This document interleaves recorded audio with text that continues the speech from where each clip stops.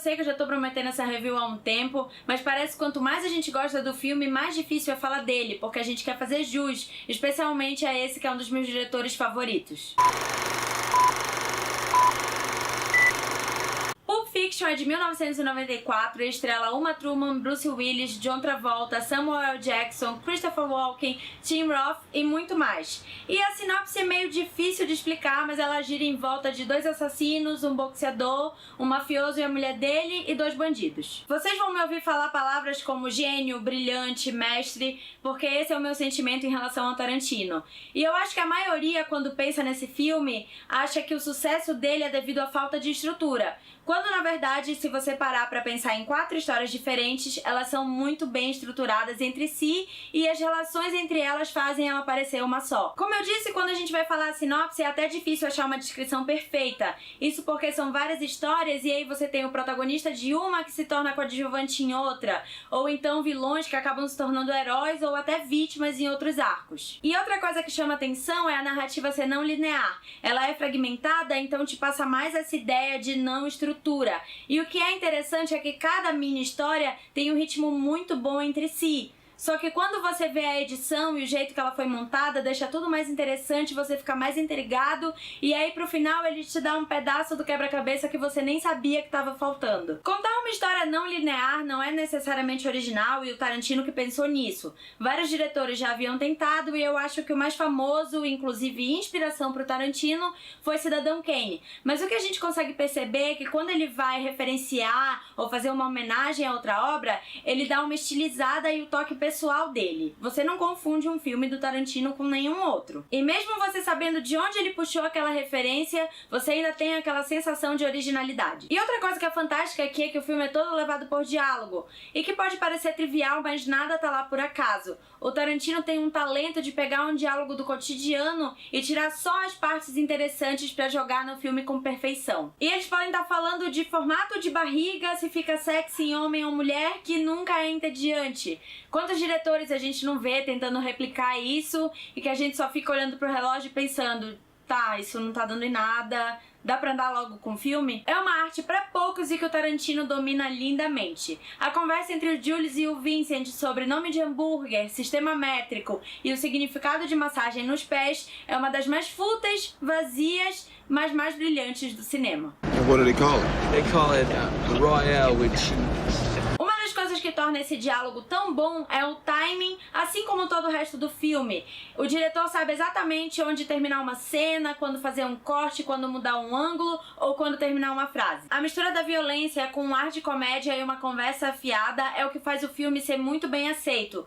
Tudo bem que a violência do Tarantino sempre é um tabu, mas pra mim ela sempre dá certo porque ele sabe como usar ela. Ela nunca é gratuita, ela faz parte da história. Ele usa a violência pra estabelecer perigo e relação de poder entre as pessoas. Depois ele torna isso uma comédia subvertendo o papel do macho, que é uma coisa que ele adora fazer. Então a gente vê aqueles 2 caras mafiosos de terno, de paletó, todos ensanguentados e logo depois com uma bermuda, chinelos e blusinha. Ele é muito bom em contraste e compensação e de tirar proveito disso. Então a gente vê o Vincent correndo pra tentar salvar a Mia, enquanto o amigo dele tá numa cena lenta, relaxado, deixando o telefone tocar e esperando pra atender. Ou então eles acabando de matar uma pessoa e mais preocupados com a toalha do amigo deles que ficou ensanguentada. E ele não é só um gênio na hora de montar a narrativa ou o diálogo, mas também por ter noção de que às vezes você não pode só falar, você tem que mostrar. E ele faz isso várias vezes aqui no filme de maneiras espetaculares. A primeira é quando os assassinos estão intimidando os sócios do Marcellus. Você pode notar que o Jules e o Vincent sempre estão em partes mais altas da tela,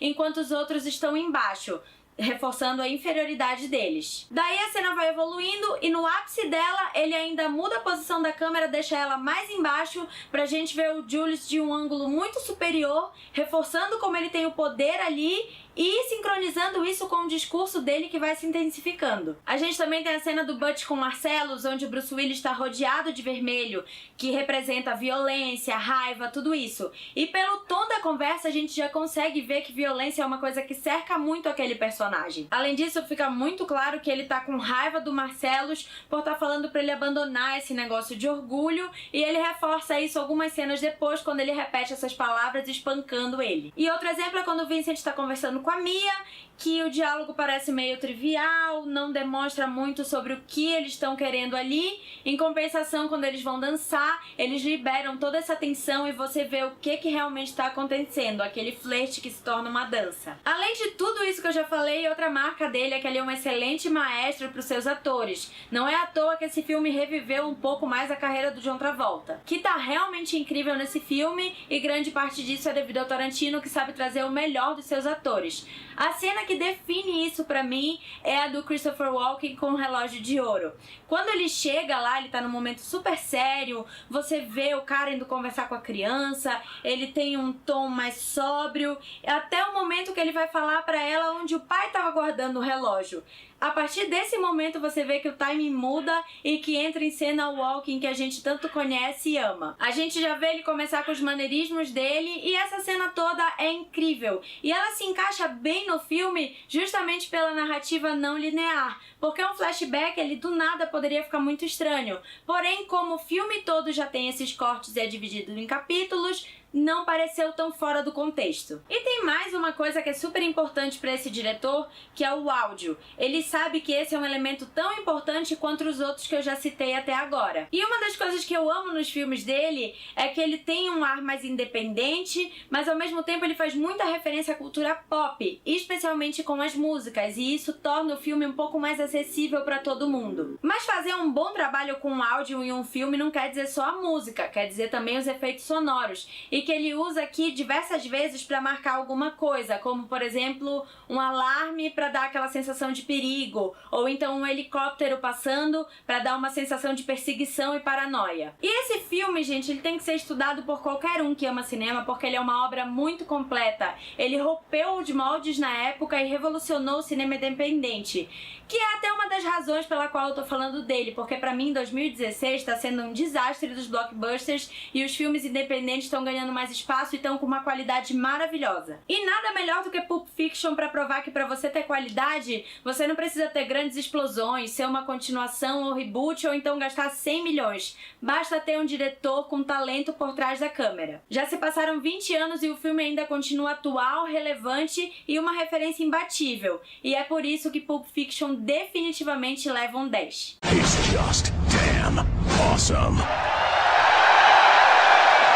Esse vídeo foi mais demorado, mas eu acho que o filme merece. E mesmo assim não deu pra cobrir tudo. A gente ainda tem teoria do universo paralelo, descobrir o que diabos o Vincent vive fazendo no banheiro e o que tinha dentro da maleta do Marcellus. Se vocês acham que faltou eu cobrir mais alguma coisa, deixem nos comentários abaixo. Se vocês gostaram do vídeo, deem um like e não se esqueçam de se inscrever no canal. Tchau!